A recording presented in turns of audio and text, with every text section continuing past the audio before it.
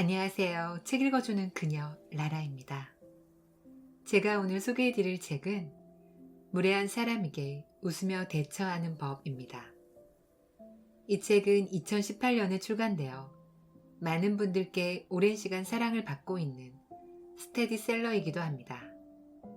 출판사는 가나출판사, 저자는 정문정님입니다. 사람들과 만나 수많은 이야기를 하고 온 날, 마음이 헛헛할 때가 있습니다. 그 사람은 내게 왜 그렇게 무례할까? 나는 왜 그렇게밖에 말하지 못했을까? 이 책은 우리 앞에 놓인 인간관계의 현실, 회사와 가족, 친구, 연인에 이르기까지 우리를 둘러싼 사람들 사이에서 자기를 찾고 싶은 이들에게 실질적인 도움이 되는 방법을 설명하고 있습니다.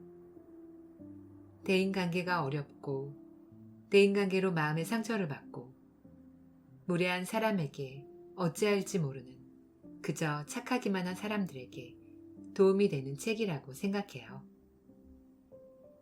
그럼 저와 함께 내 마음을 단단하게 키워나가기 위하여 책 속으로 들어가 보실게요. 프롤로그. 우리는 일상에서 무례한 사람을 많이 만난다. 사람마다 관계마다 심리적 거리가 다르다는 점을 무시하고 갑자기 선을 훅 넘는 사람들이 있다. 그런 이들에게 감정의 동요 없이 금 밟으셨어요 하고 알려줄 방법은 없을까? 당연히 있다.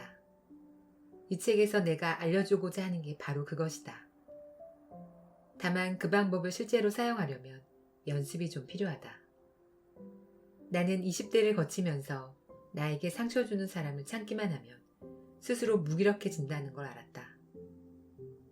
나 자신으로 살고 싶었고 내면의 목소리를 듣는 걸 방해하는 외부 소음에는 여유롭게 음소거 버튼을 누르고 싶었다. 매일 조금씩 운동해서 몸을 가꾸듯 자기 표현의 근육을 키우는 데에도 시간과 노력이 필요했다. 하지만 지치지 않고 연습을 계속했고 그 결과로 이제 나는 매일 밤 누군가가 준 상처를 곱씹고 자책하는 일을 그만두게 되었다. 화내거나 울지 않고도 나의 입장을 관철하는 방법이 있다. 이 책에는 내가 시도한 훈련법 중 가장 효과적이었던 방법과 그 과정에서 깨달은 것들을 담았다. 무례한 사람을 만나도 기죽지 말자. 웃으면서 우아하게 경고할 수 있는 방법이 많이 있으니까. 이 책이 무례한 사람들 사이에서 자기를 찾고 싶은 이들에게 실질적인 도움이 되길 바란다. 착한 사람이 될 필요 없어. 강아지들은요, 아프면 도태된다고 생각해요. 그래서 주인 앞에서 통증을 숨기죠. EBS의 세상에 나쁜 개는 없다라는 프로그램에서 키우는 강아지가 마룻바닥을 무서워해 걷지 않으니 고쳐달라는 견주의 에피소드가 나왔다. 강아지를 유심히 살펴보던 훈련사 강영욱 씨가 걸음걸이를 지적하며 뒷다리에 문제가 있는 것 같다고 했다. 그러자 주인은 대수롭지 않게 말했다. 5년 전부터 그랬어요. 원래 다리를 절면서 걷는 습관이 있어요. 그러나 훈련사의 말에 따라 병원에 가서 정밀 진단을 받아보니 슬개골이 탈구되어 있음을 확인했다. 수술을 받아야 할 정도로 상태가 좋지 않았다.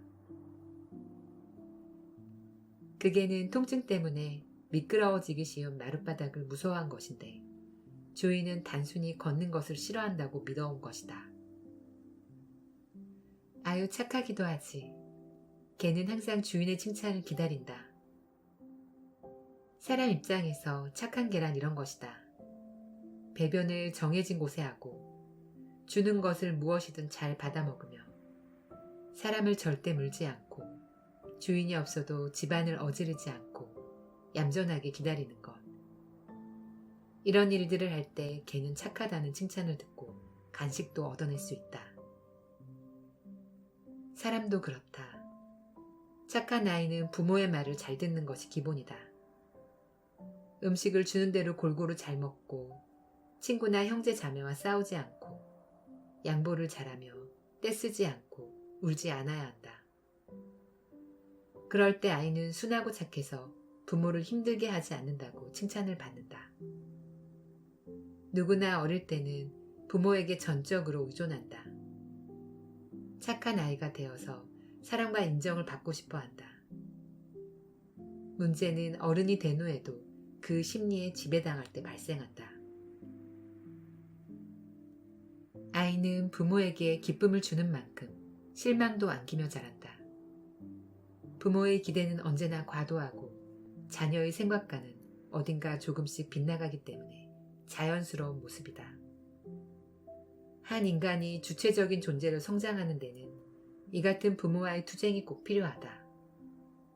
하지만 이 과정에서 과도한 억압을 받아 내면의 목소리를 듣는 데 실패하면 그는 어른이 되어서도 상대의 말을 잘 들어 착한 사람이라는 평가를 받는 것에 집착하게 된다. 사람은 인생에서 일어나는 수많은 선택지 앞에서 어떤 식으로 대응해가며 성장한다. 자신이 선택한 것에 대한 책임을 배우며 성인이 되는 것이다. 하지만 소위 착한 사람들은 남들의 눈치를 보느라 자신이 무엇을 원하는지를 잊어버린다. 착하기만 한 사람들은 인생의 선택권을 자신에게 주는 것이 익숙하지 않기 때문에 자신과 관련된 문제에서조차 방관자의 자세를 취한다. 진로, 취업, 결혼 같은 중요한 결정조차 마찬가지다.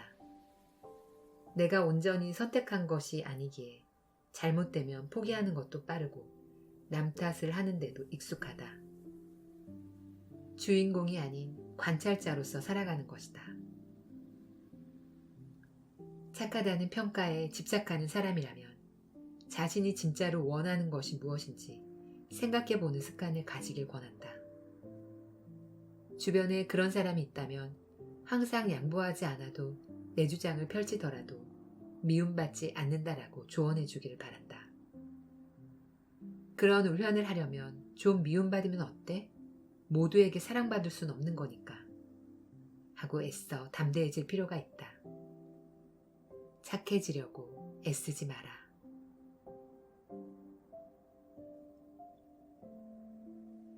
좋게 좋게 넘어가지 않아야 좋은 세상이 온다.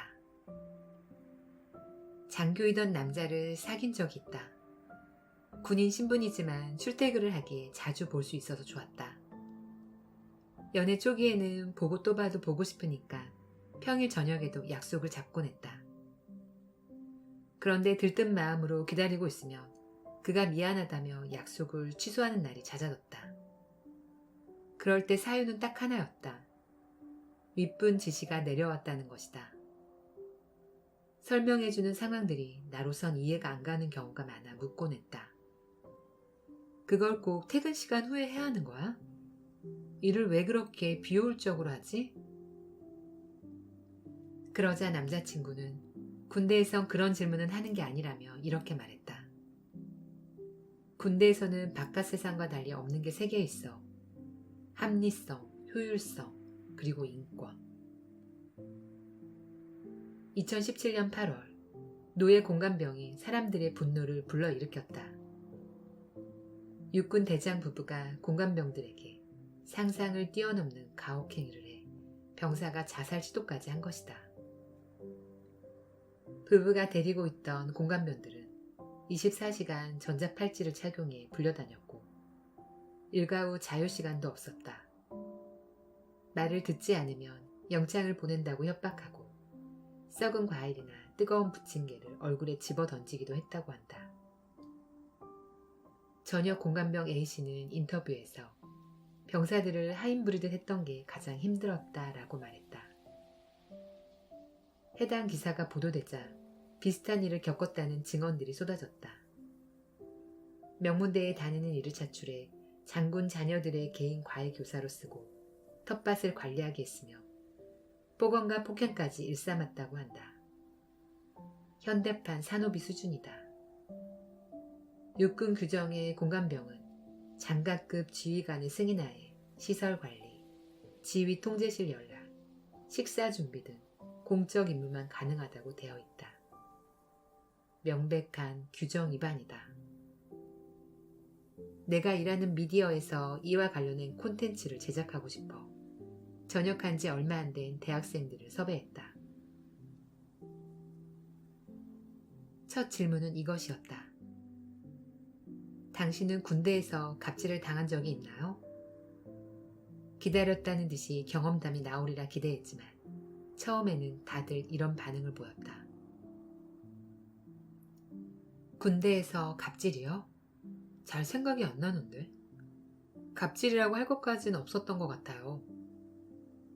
이번 노예 공감병처럼 부당한 대우를 당한 적이 없었느냐고 다시 묻자 그들은 한참 생각 후에 이렇게 말했다. 생각해보니 있었어요. 근데 그게 갑질이라고 생각을 안 했어요.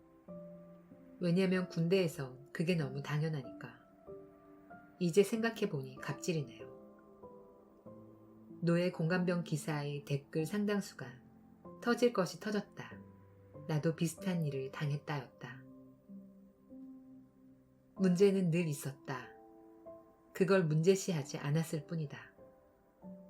나는 이번 노예 공감병 문제에서 세상이 진보한다는 희망을 봤다. 상명하복의 군 기강을 사적으로 남용하면 안 된다는 것. 군인에게도 인권이 있고 그것을 존중해야 한다는 것. 이 당연한 이치가 그동안 군대는 원래 그런 곳이라는 말로 무시되어 왔다. 하지만 원래 그런 건 어디에도 없다.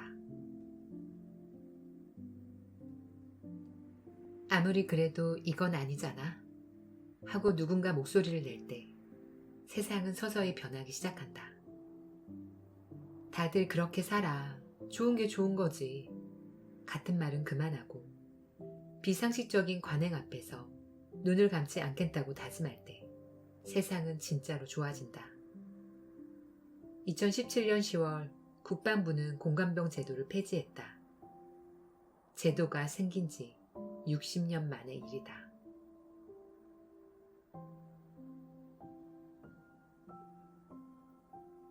자기 표현의 근육을 키우는 법. 단호하고 우아하게 거절하는 연습. 남편은 착하게 생겼다는 말을 자주 듣는다. 그처럼 착하게 생겨서 나쁜 점은 부탁을 너무 자주 받는다는 것이다. 졸업한 지 한참 지났는데도 매년 새로 뽑힌 학생의 대표가 전화해 홈페이지를 봐달라고 한다. 기획안이나 제안서를 검토해달라는 연락도 부지기수다. 글과 전혀 무관한 일을 하는데도 자신이 쓴 글을 읽어봐 달라고 부탁하는 사람도 있었다. 부탁받은 일을 하느라 남편은 정작 자신이 해야 할 일을 뒤늦게 시작하기도 하고 밤을 새워 일하기도 한다. 이처럼 부탁을 자주 받는 사람들은 넌 착한 사람이야. 역시 너밖에 없어.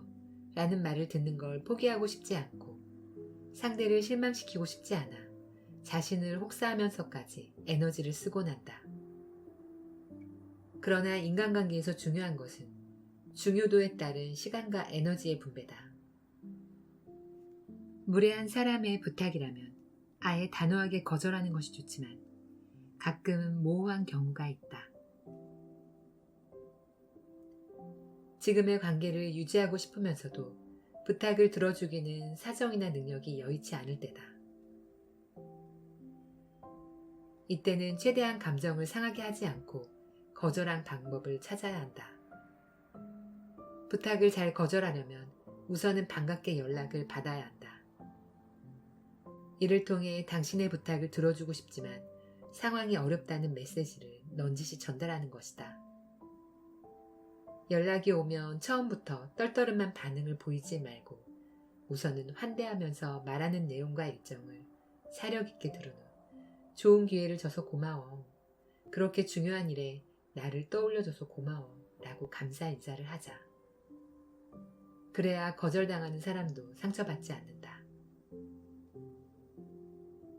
그 후에는 바로 가능한지 어떤지를 말하지 말고 언제까지 확답을 주면 돼? 하고 물어보는 것이 좋다. 만약 이렇게 물었을 때 급한 일이라 오늘 내일 중으로 답을 해줬으면 좋겠다고 한다면 이 부탁에서 당신은 우선순위가 아니었을 가능성이 크다.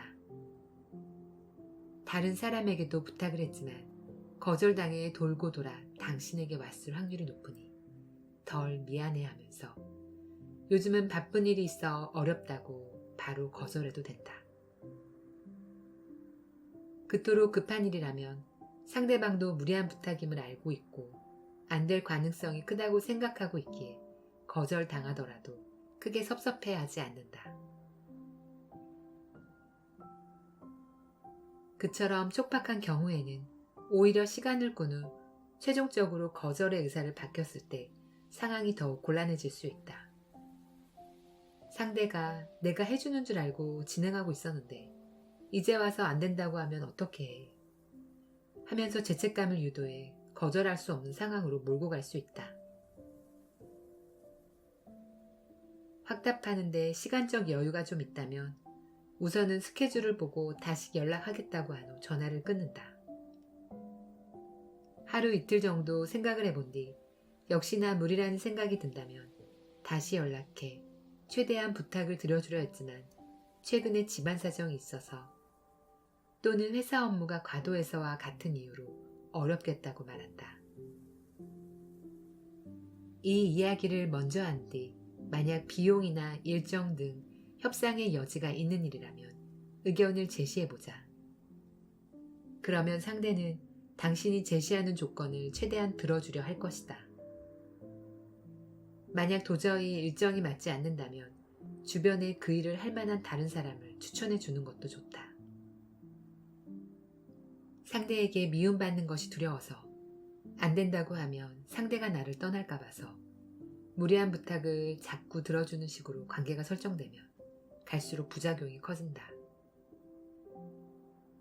관계의 기울어진 줄을 파악한 상대는 무리한 부탁임을 알면서도 계속 하게 되고 부탁을 받은 사람은 일그러진 인정욕구와 피해의식이 겹쳐 자꾸만 의기소침해지고 예민해진다.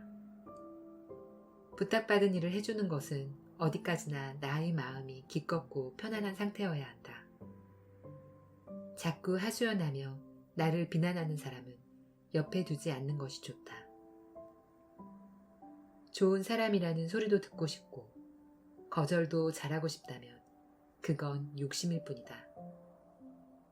둘 중 하나는 어느 정도 포기하라고 말하고 싶다.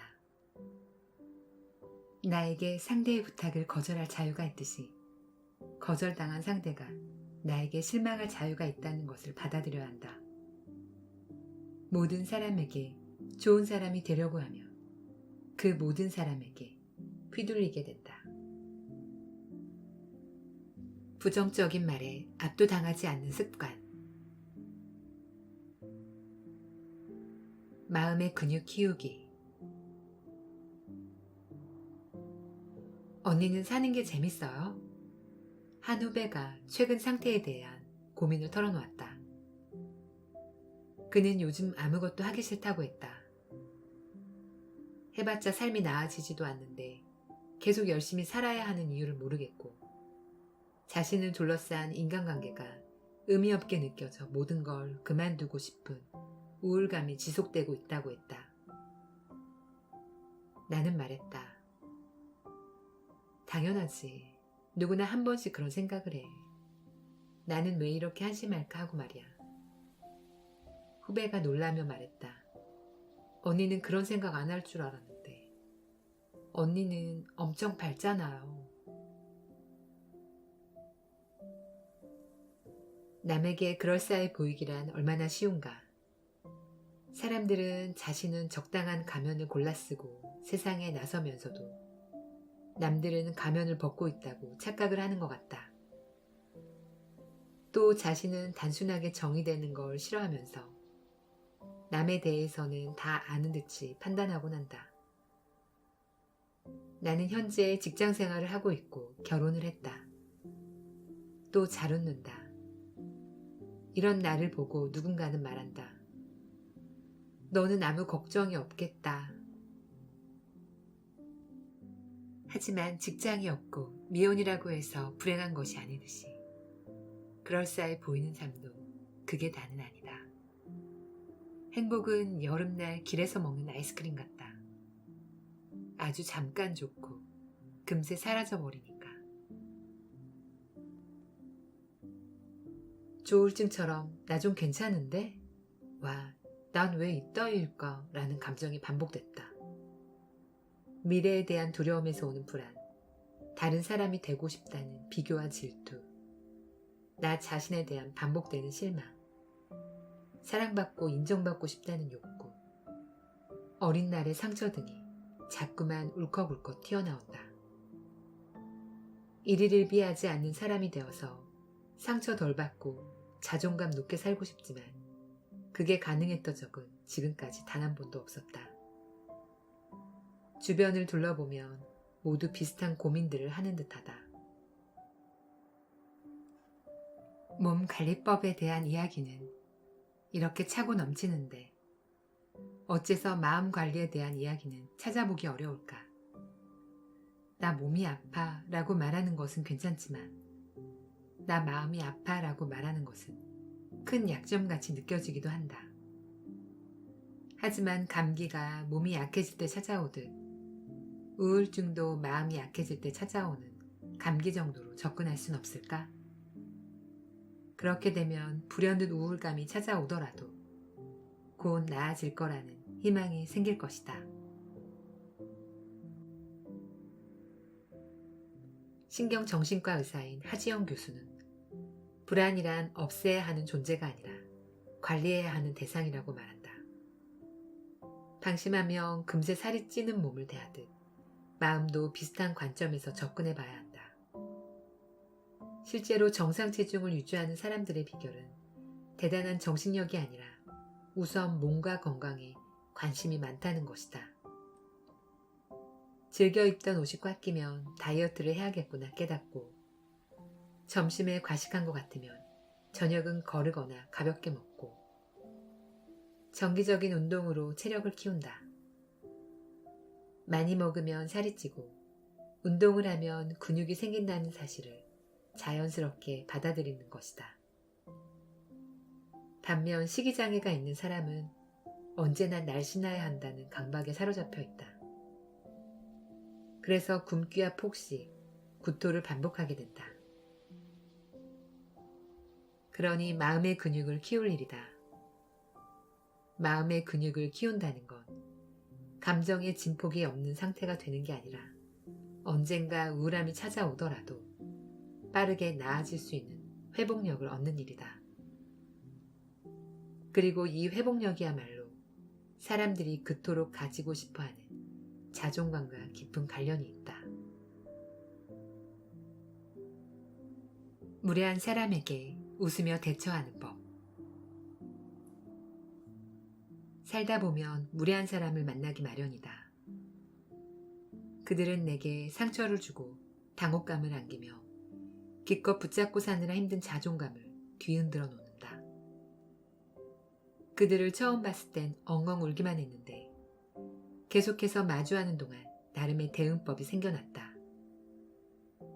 그들을 만났을 때 내가 대처하는 방법에는 여러 가지가 있다. 첫 번째는 문제가 되는 발언임을 상기시켜주는 것이다. 우리는 자유롭게 말할 수 있지만 다른 이의 인권을 침해하지 않는 범위 내에서만 그렇다. 누군가 그 선을 넘었을 때 경고하는 것은 언어폭력에 대처하는 가장 기본적인 방식이다. 편견이 심한 말을 들었을 때 흥분하지 않고 제3자가 듣는다면 오해하겠는데요? 라고 말하거나 당사자가 들으면 상처받겠네요? 라고 하는 것이다. 여기서 중요한 것은 감정을 싣지 않고 최대한 건조하게 말하는 것이다. 두 번째는 되물어서 상황을 객관화하는 것이다. 상황을 이해 못한 것처럼 천진난만하게 되물으면 더욱 좋다. 예를 들어 누군가 농담이라며 저 사람 얼굴이 참 이타적이네 라고 한다면 아, 저 사람이 못생겼다는 뜻이죠? 라고 되묻는 것이다. 그렇게 물어보면 상대는 순간적으로 머쓱해하며 자신의 표현을 점검할 것이다.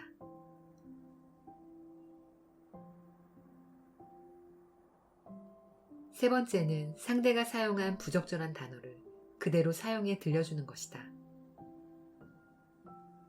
예를 들어 누군가 영감탱이는 욕이 아니라 친근한 표현이라서 썼다고 한다면 저도 친근하게 영감탱이라 불러도 될까요? 하고 응수할 수 있다. 상대가 사용한 논리를 그대로 가져와 돌려줄 수 있다. 가슴이 작은데 브레이저를 왜 해? 하고 묻는 남자에게 그럼 오빠는 왜 팬티 입어? 라고 할 수 있듯 이상한 논리로 상대를 공격하는 사람에게는 역지사지를 경험하게 할 필요가 있다. 네 번째는 무성의하게 반응하는 것이다. 육아 전문가들은 아이에게 여러 번 설명했음에도 계속해서 소리를 치거나 떼를 쓴다면 달래주지 말라고 조언한다. 아무 말도 하지 않고 가만히 쳐다보거나 하던 일을 멈추고 그 자리를 떠나는 것도 방법이라고 한다. 지지받지 못하는 상황을 마주했을 때 아이가 상황을 스스로 판단해서 멈추게끔 하는 것인데 이 원리는 어른에게도 유효하다. 메신저에서 벗어나고 싶은 상황을 마주한다면 그렇군, 흐흐 정도로 답해 대화를 중단시킬 수 있다. 정도가 심하다면 아예 메신저를 읽지 않거나 읽었어도 답을 해주지 않는 것이 좋다. 직접 만난 상황이라면 그렇게 생각하시는군요. 정도의 표현만 의도적으로 반복하는 것으로 의사를 표현할 수 있다. 다섯 번째는 유머러스하게 대답하는 것이다. 시대착오적인 말을 들을 때 특히 유효한데 누군가 가부장적인 편견이 가득한 말을 할 때 우와 조선시대에서 오셨나봐요. 상평통보 보여주세요 하고 받아치는 식이다. 애정은 없고 자기 자랑만 있는 잔소리를 들으면 요즘은 잔소리하려면 선불 주고 해야 한다던데요? 라고 하거나 저희 부모님도 30년 동안 노력하다 포기하셨는데 어떻게 가능하시겠어요? 하고 농담하듯 받아치면 상대도 더는 말을 이어가기 힘들 것이다. 말이 길어질 것 같으면 그건 제가 알아서 할게요 하고 화제를 돌리는 것도 좋다. 단 농담을 자연스럽게 하는데도 내공이 좀 필요하므로 경험치가 좀 쌓인 후에 시도하길 추천한다. 나에게 피해를 주는 사람을 자꾸 참으면 내가 무기력해진다. 무례한 사람을 만난다면 피하는 게 능사가 아니다. 나만의 대처법을 갖춰야 한다. 다들 괜찮다는데 왜 너만 유난을 떨어? 하는 사람에게 그 평화는 다른 사람들이 참거나 피하면서 생겨난 가짜임을 알려주어야 한다. 인류는 약자가 강자에게 아무리 그래도 이건 아니지 않나? 라고 함으로써 이전 세대와 구별되는 문화를 만들어냈다. 부당함을 더는 참지 않기로 하는 것. 우리가 살고 싶은 세상은 이런 것이라 말하기를 멈추지 않는 것. 세상의 진보는 지금까지 그렇게 이루어져 왔다.